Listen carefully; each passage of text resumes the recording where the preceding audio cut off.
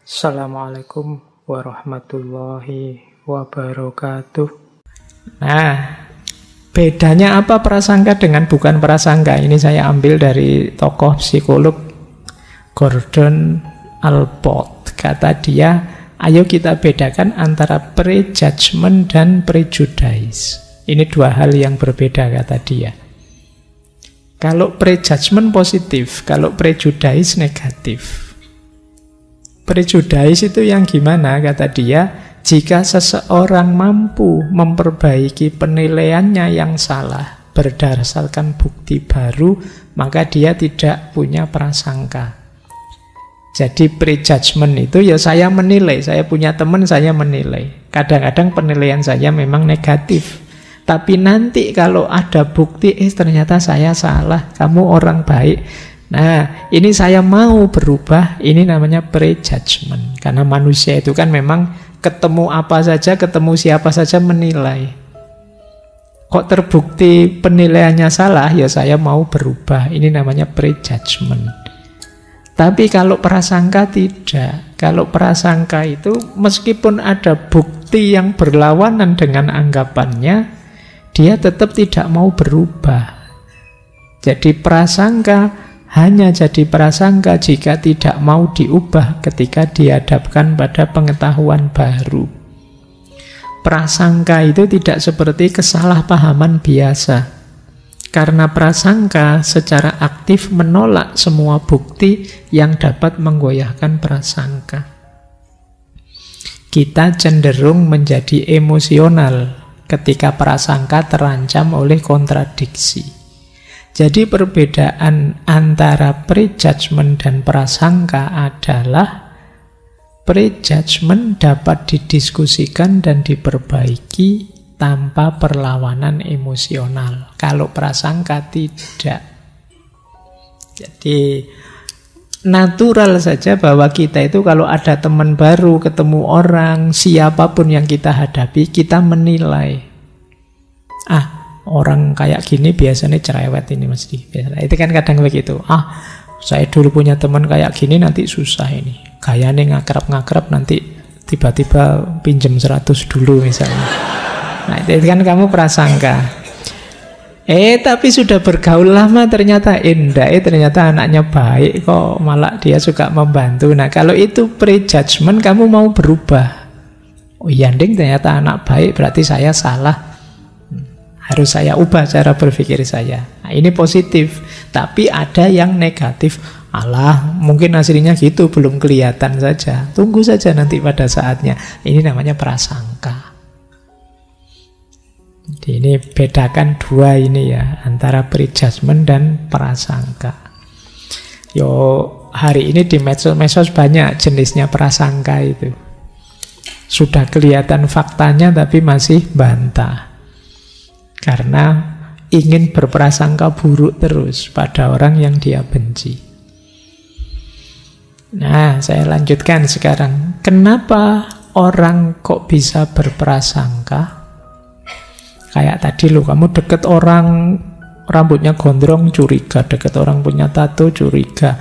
Deket orang anggota kelompok ini, takut. Deket orang ini kan prasangka-prasangka. Kok bisa lahir yang seperti itu?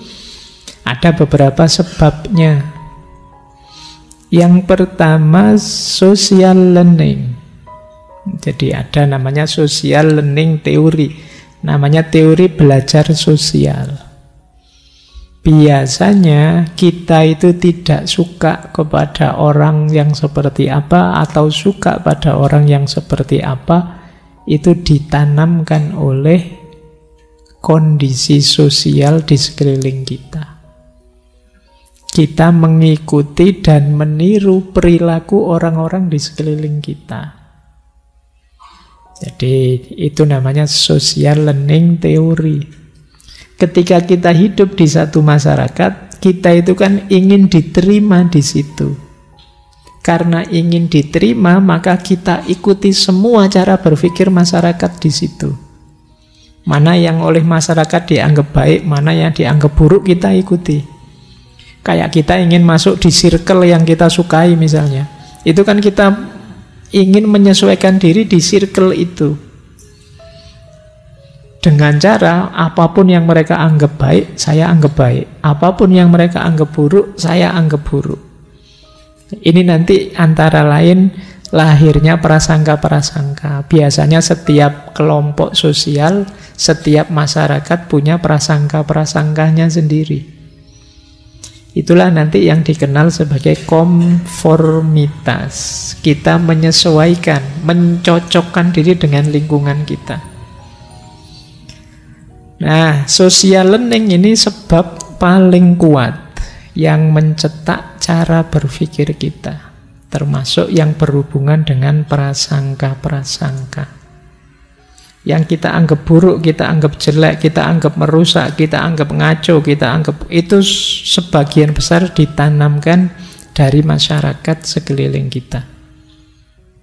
Itulah yang disebut social learning. Pembelajaran sosial ini biasanya jauh lebih kuat daripada pembelajaran di kelas-kelas. Pembelajaran langsung di masyarakat itu lebih melekat. Kalau pembelajaran di kelas paling kalian hafalkan saja, selesai ujian akhir yo hilang hafalane. Tapi kalau di tengah masyarakat, karena kalian terlibat langsung, ya tertanam mendalam. Termasuk masyarakat itu ya circle-circlemu, temanmu, kelompokmu, organisasimu, partaimu, dan lain sebagainya. Itu namanya social learning. Pak, saya itu loh, yang saya pelajari padahal ya kitab-kitab yang luar biasa, isinya amal soleh semua. Kok saya bisa ya punya prasangka yang buruk, Pak? Kemungkinan dari masyarakat di sekeliling kita. Jadi pemicu pertamanya ini. Baik. Nah, itu ada quote menarik dari Charles Swindoll. Kata beliau, prasangka itu adalah sifat yang learned, kita pelajari. Jadi dia tidak otomatis ada. You are not born prejudice, you are taught it. Jadi engkau tidak sejak lahir sudah punya prasangka yang kau diajari oleh masyarakatmu. Jadi ini penting bagi kita juga. Berarti makanya orang Jawa itu sering wanti-wanti ayo tetap eling lan waspada. Karena sekeliling kita bisa saja nuntun ke arah yang keliru, ke arah yang salah. Baik. Ini sebab yang pertama, pembelajaran sosial. Maka kita harus waspada dengan kondisi sosial.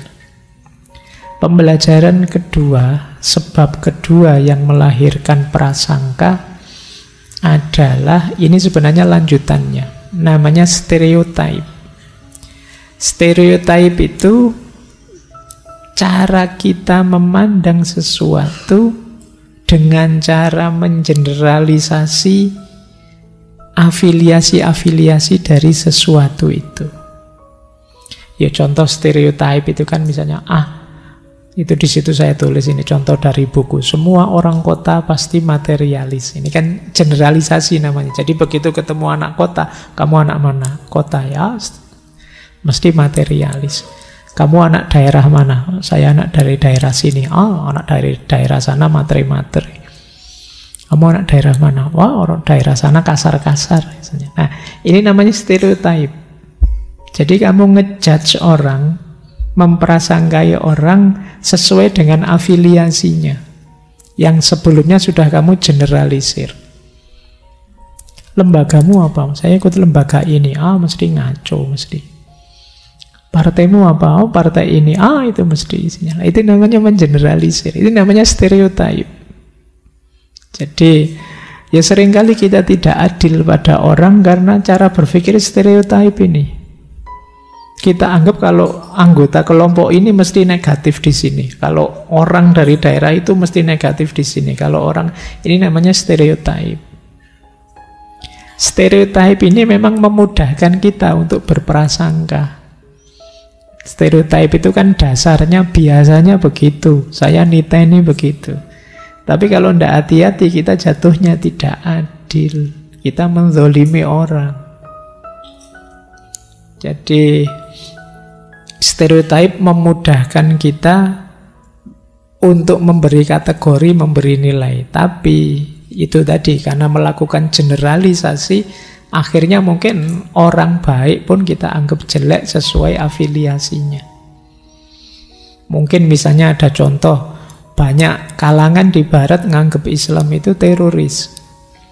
Maka begitu kita yang namanya sangat Arab ke luar negeri, interogasinya lama. Karena kita dicurigai. Ini namanya stereotip. Nah, dalam banyak kasus juga kadang-kadang kita sendiri yang mempraktekkan itu. Saya tidak mau Pak punya teman dari daerah sana. Kenapa? Oh biasanya. Nah itu mulai stereotip sudah kalau sudah begitu. Stereotip bisa jadi sumbernya prasangka. Maka kita harus hati-hati. Ini jatuhnya bisa menzolimi orang. Tidak adil pada orang lain. Nah, ini ada kalimat dari Einstein. Dia punya kalimat menarik. Hanya sedikit orang yang mampu mengungkapkan pendapat dengan mantap yang berbeda dengan prasangka lingkungan sosialnya. Kebanyakan orang tidak mampu membentuk pandangan seperti itu. Jadi kata Einstein, kita itu terjebak dengan pembelajaran sosial, dengan stereotip-stereotip, dan pikiran kita terbentuk begitu. Jarang orang yang mampu keluar dari jebakan stereotip, cara berpikir prasangka yang ada di komunitas sosialnya. Hanya orang-orang hebat yang bisa seperti ini. Orang biasa tidak akan mampu. Kalau kata filosof Jerman Heidegger, sebagian besar manusia itu tidak otentik. Istilahnya dia dasman. Kenapa tidak otentik? Dia tenggelam dalam kerumunan. Jadi kita ini hanya pasukan tepuk tangan saja. Ketika yang lain ke utara, ikut ke utara. Yang lain ke selatan, kita ikut ke selatan. Ini namanya tidak otentik. Dan kalau versinya Einstein, ya seperti itu. Jarang orang bisa keluar dari tadi tuntutan-tuntutan pembelajaran sosial dan tuntutan-tuntutan stereotip yang berkembang di sekelilingnya. Hanya orang-orang hebat yang mampu. Nah, kalian semoga yang mengikuti ngaji ini termasuk yang hebat. Ya wis. Ini bukan kampanye ya, meskipun ada aminnya. Saya khawatir saja tiba-tiba kok semua amin. Ini doa ya. Sekarang serba salah, serba repot ya. Baik, saya 4 hari yang lalu itu ada satu forum kajian. Terakhir saya disuruh doa. Saya beralasan jangan, saya PNS. Loh kenapa Pak Faiz? Nanti kalau berdoa kan ada nanti dianggap kampanye. Baik. Ya, tadi aminnya doa ya. Kita lanjutkan. Nah, ada lagi pemicu lahirnya prasangka-prasangka, yaitu namanya realistic conflict. Kalau ini agak dalam. Jadi biasanya di tengah masyarakat antar kelompok itu ada konflik-konflik, perebutan sumber daya yang jumlahnya terbatas, termasuk materi, termasuk kekuasaan. Kekuasaan itu kan terbatas, makanya diperebutkan. Status sosial ini juga diperebutkan. Siapa yang lebih unggul, siapa yang mayoritas, siapa yang minoritas. Ini di masyarakat pasti ada. Ini yang disebut realistic conflict. Persaingan, entah diam-diam, entah terang-terangan. Permusuhan antar kelompok. Permusuhan inilah nanti yang rentan melahirkan prasangka-prasangka. Itu yang disebut realistic conflict theory. Orang itu kalau musuhan kadang-kadang kalap, bikin-bikin cerita palsu, perspektifnya negatif terus. Pokoknya musuhku harus ketahuan jeleknya. Tadi ada tajasus tadi, mencari-cari jeleknya. Apalagi sekarang orang menyebutnya era post-truth, ketika kebenaran itu tidak sekedar mana fakta, mana logis, tidak logis, tapi mana kepentingan kita, mana yang keinginan kita, itu yang kita nomor satukan. Jadi pemicu yang ketiga, realistic conflict theory. Konflik konkret di tengah masyarakat yang di situ bisa melahirkan prasangka-prasangka. Untuk musuh kita, sebanyak mungkin kita buat prasangka. Ini pemicu yang ketiga. Pemicu yang keempat, lahirnya prasangka. Berpikir kategoris. Berpikir kategoris itu, kita itu biasanya untuk memudahkan berpikir selalu membuat kategori-kategori.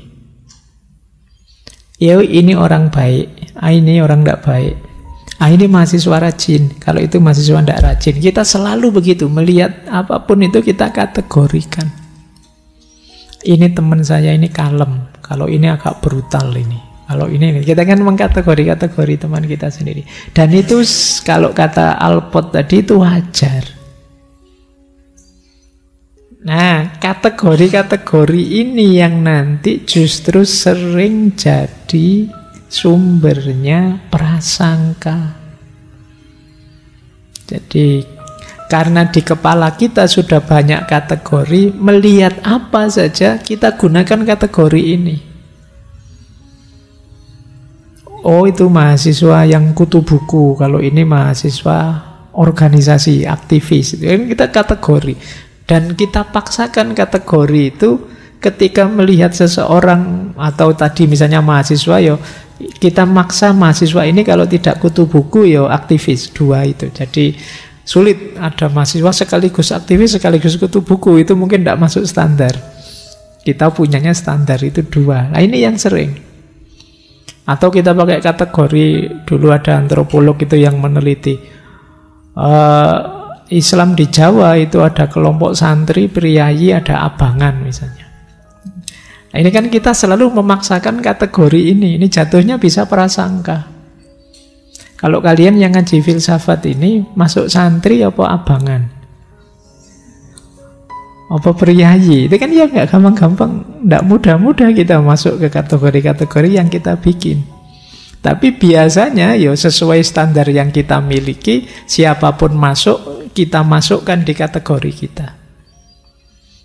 Itulah kemudian yang memicu lahirnya prasangka-prasangka. Jadi otak kita itu kan bekerja terus melihat apa saja di kategori. Masjid ini ya kategorinya bukan masjid yang apa, tapi masjid yang apa. Karena kita selalu begitu. Nonton sandal temenmu, wah ini sandal mewah tapi KW. KW pun ini KW yang berapa. Itu kita selalu bikin kategori-kategori. Inilah nanti yang melahirkan prasangka. Kaya, miskin, lurus, sesat. Kemudian kita itu. Baik, berpikir kategoris jadi sumbernya prasangka. Ada lagi sumbernya prasangka, yaitu self-serving bias. Jadi self-serving bias itu berpikir kategoris tadi, tapi melihat dirinya sendiri serba baik, melihat orang lain buruk. Ini namanya self-serving bias. Jadi kalau sukses itu karena aku, tapi kalau gagal yang lain. Nah, ini namanya self-serving bias. Alhamdulillah lulus, iyalah kan saya belajar serius, mati-matian. belajarnya sama, peristiwanya sama, tapi kok gagal, itu mesti, yo kalian sih ganggu terus, kalian sih nyari kambing hitam kemana-mana kalau gagal. Ini self-serving bias. Akhirnya jatuhnya aku selalu baik, kalian yang di luar aku yang jelek. Kita pasti baik, mereka yang jelek. Self-serving bias inilah nanti yang melahirkan prasangka-prasangka. Nah, jadi teman-teman mulai waspada ya sekarang, biar tidak terlalu banyak prasangka.